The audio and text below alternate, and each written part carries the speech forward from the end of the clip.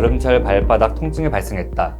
이런 경우에는 가장 대표적인 질환으로서 족저근막염을 의심을 해볼 수가 있습니다. 족저근막염은 예전에는 나이가 있는 중년 여성이라든지 운동선수들한테서 많이 발생했던 질병 중에 하나입니다. 하지만 요즘에는 젊은 여성들에게서도 많이 발생하고 있는데요. 그 이유는 젊은 여성분들께서 샌들이라든지 아니면 플랫슈즈, 레인부츠, 하이힐과 같이 불편한 신발을 신는 데 있어서 그 이유 때문에 족저근막염이 잘 발생할 수가 있습니다. 그 이유는 이런 신발들이 일반 운동화와 다르게 그 족저근막 아치를 잘 못 잡아주게 되고 발바닥의 통증, 그냥 발바닥의 충격을 흡수를 못하는 그런 신발 구조이기 때문에 족저근막에 무리를 많이 가하게 되고 그로 인해서 족저근막에 통증이 발생하다 보니까 족저근막염이 발생하는 경우가 많이 있습니다. 또한 봄철에 활동이 증가하게 되는데요. 마라톤이라든지 등산 이런 것들을 함으로 인해서 족저근막이 피로가 쌓이게 되고 그리고 족저근막에 미세한 손상이 발생하게 되는데 이러한 것들이 여름철 시간이 지나면서 악화되면서 병원에 내원하시는 분들이 많이 있습니다.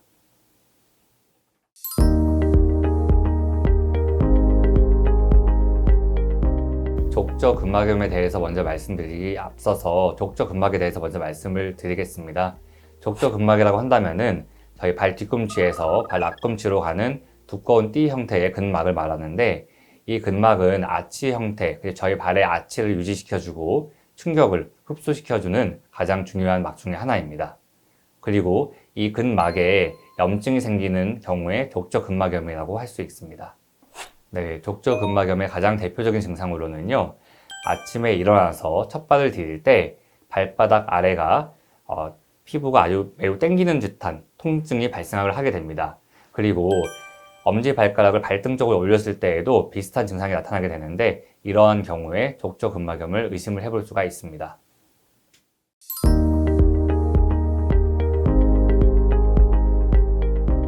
족저근막염의 치료 방법은 크게 두 가지로 나뉘어 볼 수가 있습니다. 첫 번째는 보존적 치료와 두 번째는 수술적인 치료인데요. 우선 보존적 치료에 대해서 말씀을 드리면은 가장 대표적으로 가장 첫 번째 할 수 있는 것은 약물 치료입니다. 약물 치료로 안 되는 경우에는 주사 치료를 통해서 통증 완화를 기대해 볼 수가 있고요. 세 번째 치료는 체외 충격파 치료입니다. 그리고 이러한 보존적 치료에도 증상 호전이 없거나 그리고 재발되는 경우에는 수술적인 치료를 할 수도 있습니다.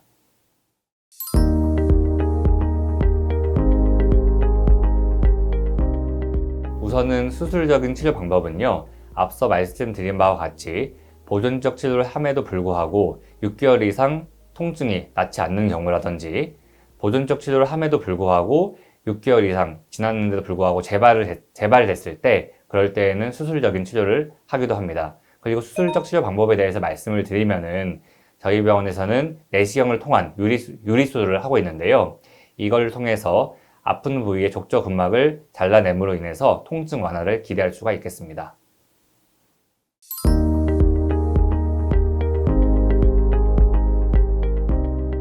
많은 분들께서 족저근막을 떼어냈을 때 부작용에 대해서 많이들 생각하십니다. 하지만 저희가 족저근막을 다 잘라내는 게 아닙니다.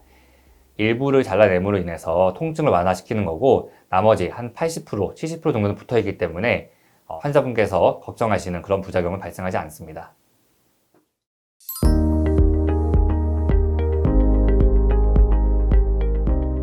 많은 분들께서 수술적인 방법에 대해서 걱정을 많이 하십니다. 우선 입원 기간이 길지 않을지, 그리고 통증이 심하지 않을지, 흉터가 많이 남지 않을지 걱정을 많이 하시는데 그런 부분에 대해서 간략하게 설명을 드리겠습니다. 우선은 입원 기간은 길지 않습니다. 저희가 수술은 아까 말씀드린 바와 같이 내시경을 통해서 족저근막 유리수술을 하게 되는데 당일날 입원하셔가지고 다음날 바로 퇴원할 수 있을 만큼 간단한 수술이고요. 그리고 내시경으로 하기 때문에 흉도 거의 지지 않습니다. 또한 통증 또한 다른 수술에 비해서 확연히 적기 때문에 걱정하지 않으셔도 됩니다.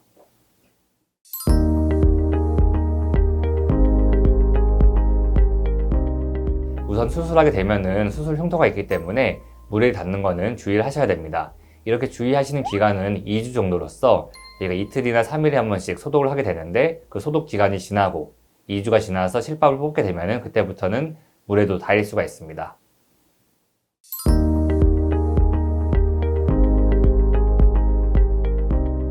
족저근막염 예방을 위한 실생활 팁 3가지를 말씀드리겠습니다. 첫 번째는 스트레칭입니다. 자세한 건 제가 잠시 후에 다시 한번 말씀드리겠지만 저희 발바닥 근막, 족저근막과 그리고 아킬레스건 쪽에 스트레칭을 해주는 것이 정말 중요합니다. 두 번째는 신발입니다. 저희가 첫 번째 서두에서 말씀드렸다시피 플랫슈즈라든지 아니면 하이힐과 같은 불편한 신발을 신게 되면은 족저근막에 무리한 영향을 많이 주게 돼서 족저근막염이 발생할 수가 있습니다. 따라서 족저근막을 잘 잡아줄 수 있는 운동화와 같이 아치를 잘 잡아줄 수 있는 신발을 신는 것이 정말 중요합니다. 세 번째는 족욕입니다. 이 족욕을 통해서 저희가 족저근막염을 예방할 수가 있는데 족욕을 할 때에는 저희가 발을 충분히 따뜻한 물에 담근 다음에 족욕을 해주는 것이 더 중요하겠습니다.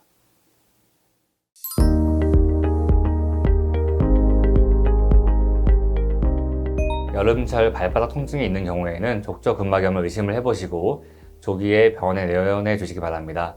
잘못된 스트레칭과 잘못된 치료 방법으로 족저근막이 악화되는 경우가 많이 있습니다. 그렇게 하지 마시고 증상이 있으시면은 빨리 병원에 내원하셔가지고 치료 받으시기 바랍니다. 감사합니다.